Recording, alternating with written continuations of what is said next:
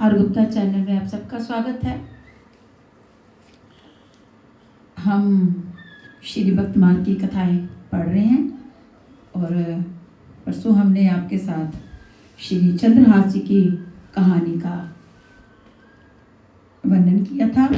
श्री चंद्रहास जी की भक्ति का प्रभाव और उनके ऊपर शालिग्राम की कृपा कैसे हुई। उसमें यही बताया गया था कि वे जाको रखे साइयाँ मार सके ना कोई, जिसकी रक्षा भगवान करते हैं उनको कोई भी मार नहीं सकता है, चाहे जो जग बैरी हो, सारा जग भी बैरी क्यों ना हो। लेकिन जब भगवान की कृपा आपके साथ है, आपकी भक्ति भाव साथ है, तो आपको कोई भी अपने पद से हिला नहीं सकता। तो आज हम आपके लिए लेके आए हैं श्री चित्रकेतु जी की कहानी। तो चलिए गुरु वंदना कर लेते हैं पहले। जय गुरुदेवा, जय गुरुदेवा, जय गुरुदेवा, जय गुरुदेव, जय गुरुदेवा, जय गुरुदेवा, जय गुरुदेवा, जय गुरुदेव। तो शुरू करते हैं कहानी श्री चित्रकेतु जी की। शूरसेन देश में प्राचीन समय में चित्रकेतु नामक एक राजा थे। बुद्धि, विद्या, बल, धन, यश, सौंदर्य, स्वास्थ्य आदि सब था उनके पास। उनमें उदारता, दया, क्षमा, प्रजा वात्सल्य आदि सद्गुण भी पूरे थे। उनके सेवक नम्र और अनुकूल थे। मंत्री नितिन निपुण तथा स्वामी भक्त थे। राज्य में भीतर बाहर उनका कोई शत्रु न था। राजा के बहुत सी सुंदरी रानियां थी। इतना सब होने पर भी राजा चित्रकेतु सदा दुखी रहते थे। उनकी किसी भी रानी के कोई संतान न थी। वंश नष्ट हो जाएगा, इस चिंता से राजा को ठीक से निद्रा तक न आती थी। एक बार अंगिरा ऋषि सदाचारी भगवत भक्त राजा चित्रकेतु के यहाँ पधारे। महर्षि राजा पर कृपा करके उन्हें तत्व ज्ञान देने आए थे, किंतु उन्होंने देखा कि मोहवश राजा को पुत्र पाने की प्रबल इच्छा है। ऋषि ने सोच लिया कि जब ये पुत्र वियोग से दुखी होगा तभी इसमें वैराग्य होगा और तभी कल्याण के सच्चे मार्ग पर चलने योग्य होगा।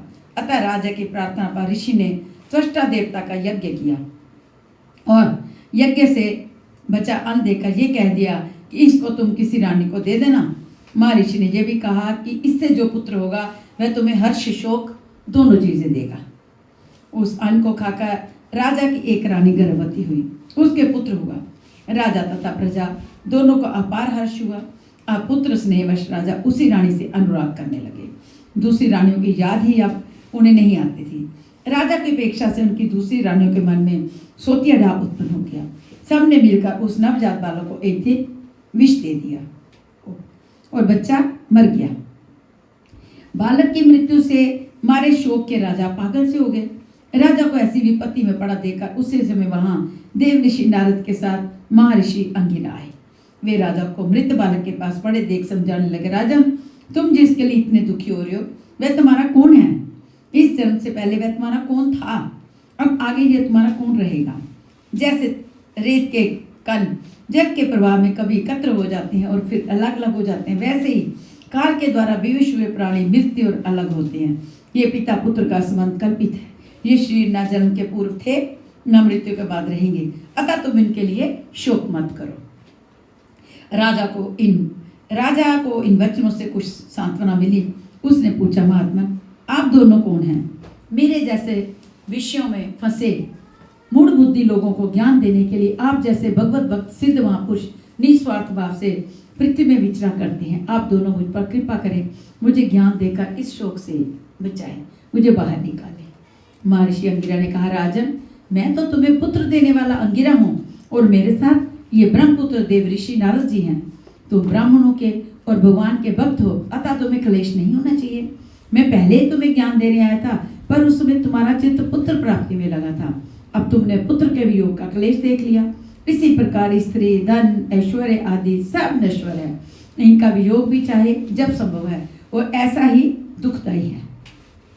ये राज्य, ये ग्रह, ये भूमि, ये सेवक, ये मित्र, ये परिवार सब शोक, मोह, भय और पीड़ा ही देने वाले हैं। ये स्वप्न के दृश्यों की तरह होते हैं, इनकी यथार्थ सत्ता कोई नहीं है।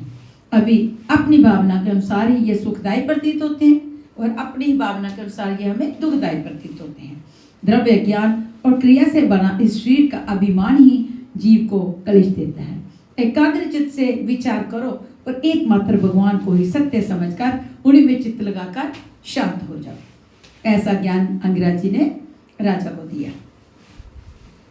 राजा को बोध देने के लिए देवऋषि नारद ने जीव का आवाहन करके बालों को जीवित करके उससे कहा, जीवात्मा देखो, ये तुम्हारे माता पिता बंधु बांधव तुम्हारे लिए व्याकुल हो रहे हैं, तुम इनके पास क्यों नहीं रहते?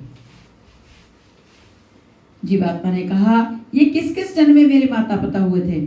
मैं तो अपने कर्मों का फल भोगने के लिए देवता, मनुष्य, पशु, पक्षी आदि योनियों में अनंत काल से जन्म लेता आ रहा हूँ। सभी जीव परस्पर कभी पिता, कभी पुत्र, कभी मित्र, कभी शत्रु, कभी सजाति, कभी विजाति, कभी रक्षक, कभी विनाशक, कभी आत्मीय और कभी उदासीन बनते हैं। ये लोग मुझे अपना पुत्र मानकर रोते क्यों हैं? शत्रु मानकर प्रसन्न क्यों नहीं होते हैं?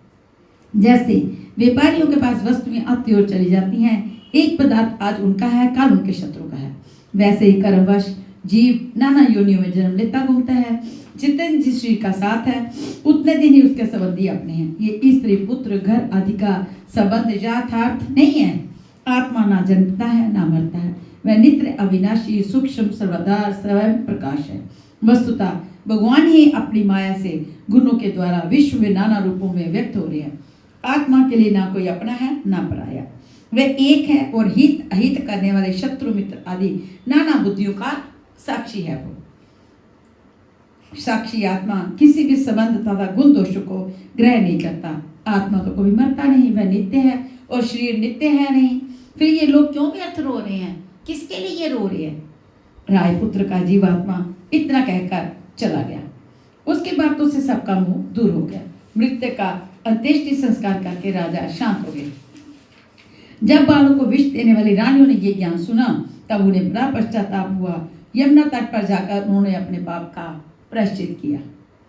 राजा चित्रकेतु ऋषियों के उपदेश से शोक, मोह, भय और क्लेश देने वाले दुस्तेज ग्रह के स्नेह को छोड़कर महर्षि अंगिरा और देवर्षि नारद के पास जाकर उनसे भगवत प्राप्ति का साधन पूछने लगे। नारद जी ने उन्हें भगवान शेष का ध्यान तथा स्तुति मंत्र बतलाया। उपदेश करके दोनों ऋषि चले गए। राजा ने 7 दिन केवल जल पर रहकर एकाग्रचित्त से उस स्तुति रूप विद्या का अखंड जप किया। उसके प्रभाव से वे विद्याधरों के स्वामी हो गए। कुछ दिनों में राजा चित्रकेतु विद्या के बल से मनोगति के अनुसार भगवान शेष के समीप पहुंच गए, जहां उन्होंने शरद कुमार आदि महर्षियों से सेवित संकर्षण भगवान के दर्शन किए। राजा ने प्रेम विहल होकर भगवान के चरण में प्रणिपात किया और वे भगवान की स्तुति करने लगे। दया में भगवान प्रसन्न हुए। उन्होंने चित्रकेतु को परम तत्व का उपदेश दिया। तत्व ज्ञान का उपदेश करते हुए अंत में संकर्षण प्रभु ने कहा, राज, मनुष्य शरीर में ही ज्ञान की प्राप्ति होती है। जो मानव देह पाकर भी ज्ञान नहीं पाता, आत्मा को नहीं जानता, उसका फिर किसी योनि में कल्याण नहीं होता। विषयों में लगने से ही दुख होता है, उन्हें छोड़ देने में कोई भय नहीं। अतः बुद्धिमान पुरुष को विषयों से निवृत्त हो जाना चाहिए। जगत के सभी स्त्री पुरुष दुखों को दूर करने और सुख पाने के लिए अनेक प्रकार के कर्म करते हैं, पर उन कर्मों से ना तो दुख दूर हो पाते हैं और ना सुख ही मिल पाता है। जो लोग अपने को बुद्धिमान मानकर कर्मों में लगे हुए हैं वे दुख ही पाते हैं। आत्मा जागृत, स्वप्न, सुषुप्ति इन तीनों अवस्थाओं से पृथक है। जो समझकर बुद्धिमान पुरुष को चाहिए कि इन अवस्थाओं में प्राप्त होने वाले विषयों से निवृत्त हो जाए, लोक पर लोक से चित्त हटा ले और ज्ञान विज्ञान से संतुष्ट होकर मेरी भक्ति करें। एक परमात्मा ही सब स्थानों में सर्वदा है। ये योग मार्ग में लगने वालों को जान लेना चाहिए। इस प्रकार दिव्य उपदेश देकर भगवान अंतर्ध्यान हो गए। चित्रकेतु द्वंद्वरहित समदर्शी हो गए थे। वे कामना, स्पृहा, अहंकार छोड़कर सदा परमात्मा ही में ही चित्त लगाए रहते थे। तपोबल से इच्छा अनुसार 14 भुवनों में वे घूम सकते थे। एक दिन विमान पर बैठकर वे आकाश मार्ग से जा रहे थे। उस समय उन्होंने मुनियों की सभा में पार्वती जी को भगवान शंकर की गोद में बैठे देखा। चित्रकेतु को यह व्यवहार अनुचित लगा। उन्होंने उसकी कड़ी आलोचना की। भगवान शंकर तो आलोचना सुनकर हंसकर रह गए, पर पार्वती जी को क्रोध आ गया। उन्होंने शाप दिया, तू बड़ा अविनीत हो गया है, अतः भगवान के चरणों में रहने योग्य नहीं है। जाकर असुर योनियों में जन्म ग्रहण कर। शाप सुनकर चित्रकेतु को ना डर लगा ना दुख हुआ। असुर योनि में भी सर्वव्यापी भगवान तो हैं ही, ये वे जानते थे। शिष्ट व्यवहार ना डर लगा। शिष्ट व्यवहार करने के लिए विमान से वे उतर पड़े और उन्होंने पार्वती जी के चरणों में प्रणाम करके कहा, माता आपने जो शाप दिया है उसे मैं सादर स्वीकार करता हूँ। मैं जानता हूँ कि देवता लोग मनुष्य के लिए जो कुछ कहते हैं वे उसके कर्मानुसार ही कहते हैं। अज्ञान से मोहित प्राणी संसार चक्र में घूमता हुआ सदा सब कहीं सुख दुख भोगता ही रहता है। गुणों के इस प्रवाह में शाप वरदान स्वर्ग नरक सुख दुख कुछ भी वास्तविक नहीं है। स्वयं मायातीत भगवान अपनी माया से प्राणियों को रचते और उनके सुख दुख बंध मोक्ष की व्यवस्था करते हैं। उन ईश्वर का ना कोई अपना है ना पराया, ना कोई प्रिय ना अप्रिय, वे सर्वत्र समान व असंग है। जब उन सर्वेश्वर को सुख से प्रेम नहीं तब क्रोध तो होगा ही कैसे। परंतु उनकी माया से मोहित जीव जो पुण्य पाप रूप कर्मों को करता है वे कर्म ही उसके सुख दुख आदि के कारण होते हैं। देवी, मैं शाप से छूटने के लिए आपको प्रसन्न नहीं कर रहा हूं। आपको मेरे वचन बुरे लगे इसके लिए आप मुझे क्षमा करें। इस प्रकार क्षमा मांगकर चित्रकेतु विमान पर बैठकर चले गए। उनकी ये असंग स्थिति देखकर सबको बड़ा आश्चर्य हुआ। शंकर जी ने कहा, देवी तुमने भगवान के दासानुदासों का महात्म्य देखा। भगवान नारायण के प्राण भक्त किससे भी डरते नहीं। वे स्वर्ग नरक तथा मोक्ष में भी एक ही दृष्टि देखते हैं। भगवान की लीला से ही जीव देह धारण करके सुख दुख जन्म मरण शाप अनुग्रह का भागी होता है। जैसे रस्सी में अज्ञान से सर्प का भ्रम होता है वैसे इष्ट अनिष्ट का बोध अज्ञान से ही है। भगवान के आश्रित भक्त ज्ञान वैराग्य के बल से किसी भी संसारिक पदार्थ को अच्छा मानकर ग्रहण नहीं करते। जब मैं ब्रह्मा जी सनत कुमार नारद महर्षि गण तथा इंद्र आदि देवता भी परमेश्वर की लीला का रहस्य नहीं जान पाते तब अपने को समर्थ मानने वाले शुद्र अभिमानी उन परम प्रभु का स्वरूप कैसे जान सकते हैं। उन श्री हरि का ना कोई अपना है ना पराया, वे सबके आत्मा होने से सबके प्रिय हैं। फिर ये महाभाग चित्रकेतु उन्हीं भगवान का प्यारा भक्त है, उनकी रुचि से चलने वाला है, शांत और समदर्शी। मैं भी उन्हीं अचूकता भक्त हूँ, अतः मुझको उस पर क्रोध नहीं आया। ऐसे शांत समदर्शी भक्त महापुरुषों के चित्र पर आश्चर्य नहीं करना चाहिए। पार्वती जी का आश्चर्य इन वचनों से दूर हो गया। शाप देने में समर्थ होने पर भी चित्रकेतु ने पार्वती को शाप नहीं दिया था, उल्टे उनका शाप स्वीकार करके क्षमा मांगी।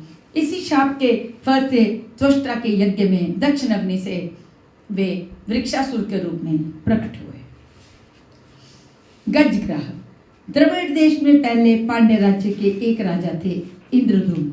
वे सदा भगवान के स्मरण ध्यान पूजन तथा नाम जप में ही लगे रहते थे। एक बार वे कुलाचल पर्वत पर मौन होकर वानप्रस्थ आश्रम स्वीकार करके श्री हरि की अर्चा करते थे।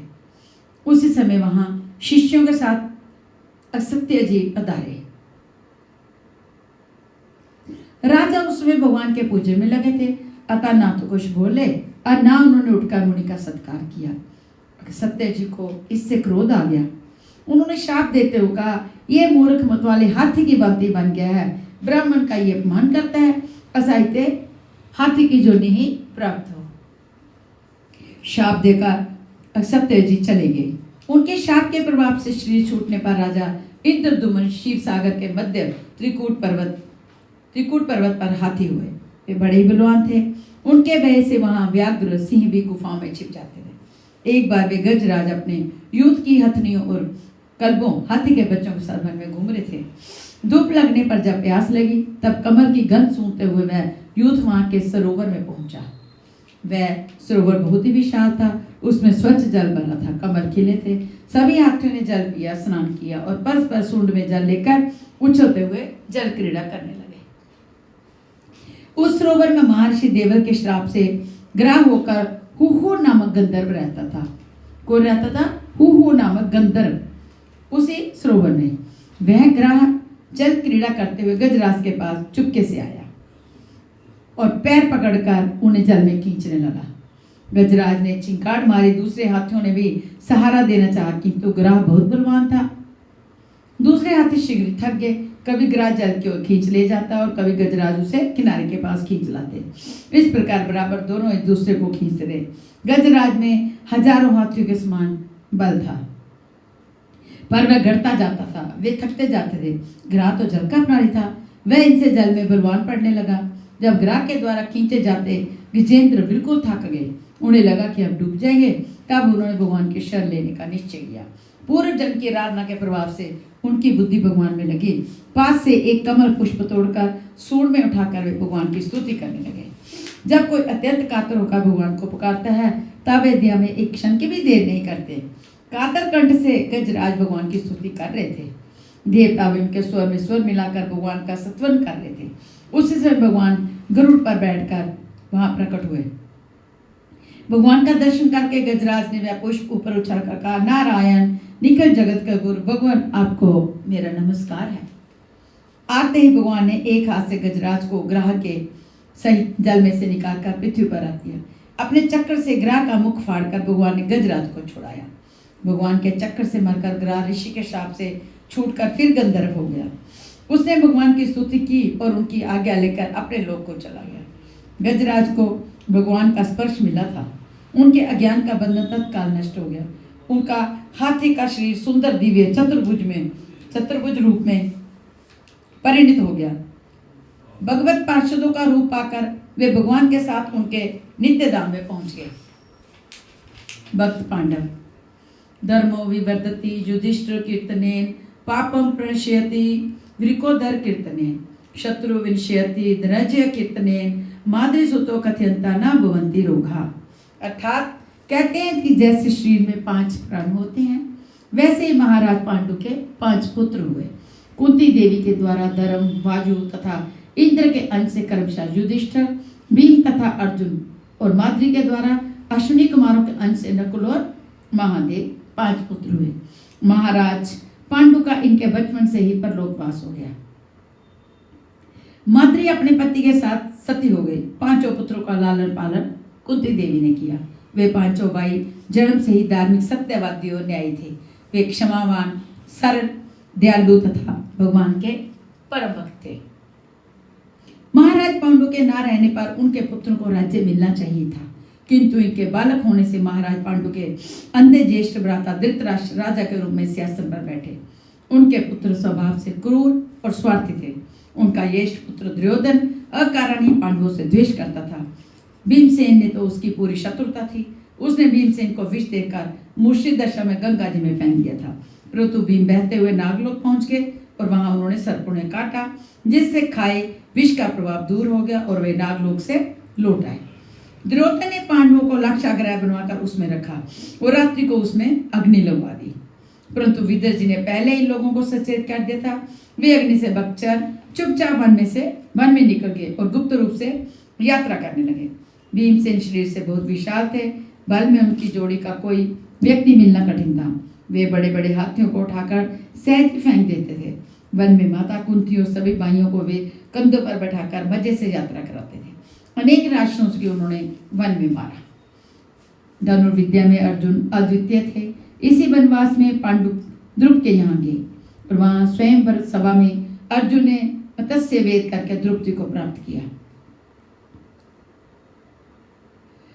माता कुंती के वचन की रक्षा के लिए द्रौपदी 5 भाइयों की पत्नी बनी। धृतराष्ट्र ने समाचार पाकर पांडवों को हस्तिनापुर बुला लिया और आधा राज्य दे दिया। युधिष्ठिर के धर्माशासन, अर्जुन तथा भीम के प्रभाव और भगवान श्री कृष्ण की कृपा से पांडवों का ऐश्वर्य विपुल हो गया। युधिष्ठिर ने दिग्विजय करके राजसूय यज्ञ किया और वे राजर्षिश्वर हो गए। परंतु युधिष्ठिर को इसका कोई अहंकार नहीं था। उन्होंने अपने भाइयों से भगवान श्री कृष्ण की अग्र पूजा की और उनके चरण पखारे। दुर्योधन से पांडवों का ये वैभव सहा न गया। धर्मराज को महाराज धृतराष्ट्र की आज्ञा से जुआ खेलना स्वीकार करना पड़ा। जुए में सब कुछ हार कर पांडव 12 वर्ष के लिए वन में चले गए। 1 वर्ष उन्होंने अज्ञातवास किया। ये अवधि समाप्त हो जाने पर भी जब दुर्योधन उनका राज्य लौटाने को राजी ना हुए तब महाभारत हुआ। उस युद्ध में कौरव मारे गए। युधिष्ठिर सम्राट हुए। 36 वर्ष उन्होंने राज्य किया। इसके बाद जब पता लगा कि भगवान श्री कृष्ण परम धाम पधार गए तब पांडवी अर्जुन के पुत्र परीक्षित को राज्य देकर सबको छोड़कर हिमालय की ओर चल दिए। वे भगवान में मन लगाकर वहां प्रस्थान कर गए। भगवान श्री कृष्ण चंद्र तो धर्म और भक्ति के साथ है। यहाँ धर्म है वही श्री कृष्ण है और जहाँ श्री कृष्ण है वही धर्म है। पांडवों में धर्मराज युधिष्ठिर साक्षात धर्मराज थे। और भगवान के अनन्य भक्त थे। अर्जुन तो श्री कृष्ण के प्राणप्रिय सखा ही थे। भीमसेन श्याम सुंदर को बहुत मानते थे। भगवान भी उनसे बहुत हास्य परिहास कर लेते, किंतु कभी भी भीमसेन ने श्री कृष्ण के आदेश पर आपत्ति नहीं की थी। कोई युधिष्ठिर या श्री कृष्ण का अपमान करे, ये उन्हें तनिक भी सहन न था। जब राजसूय यज्ञ में शिशुपाल श्याम सुंदर को अपशब्द कहने लगा, तब भीम क्रोध से गदा लेकर उसे मारने को उद्यत हो गए।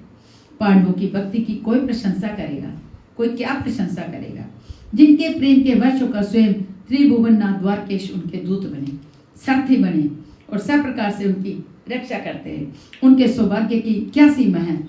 ऐसे ही चारों भाई, ऐसे ही पांडवों का भातृ प्रेम भी अद्वितीय है।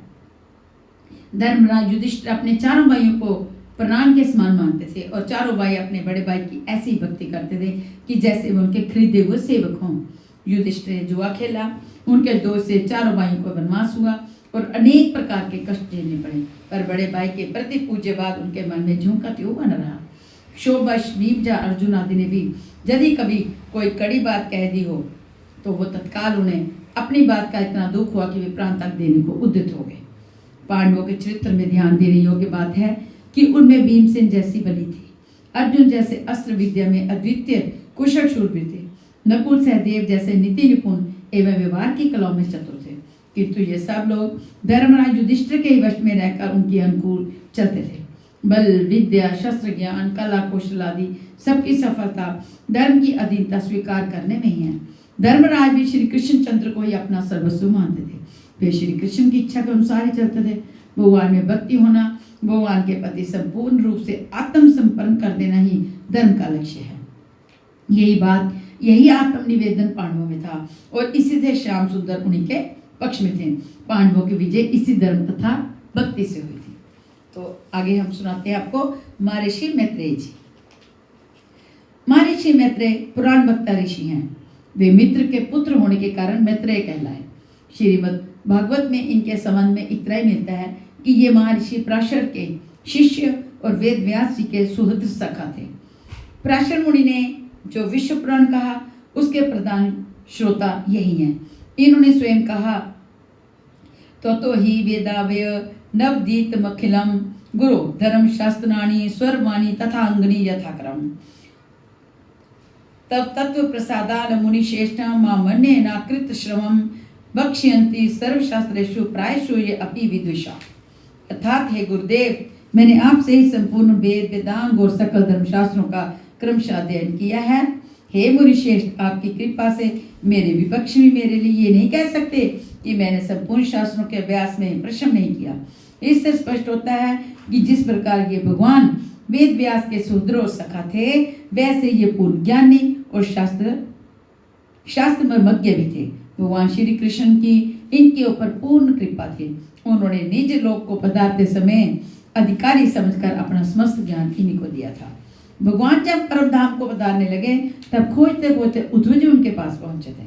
भगवान एक अश्वत्थ वृक्ष के नीचे सरस्वती के तट पर प्रवास क्षेत्र के समीप सुखासीन थे।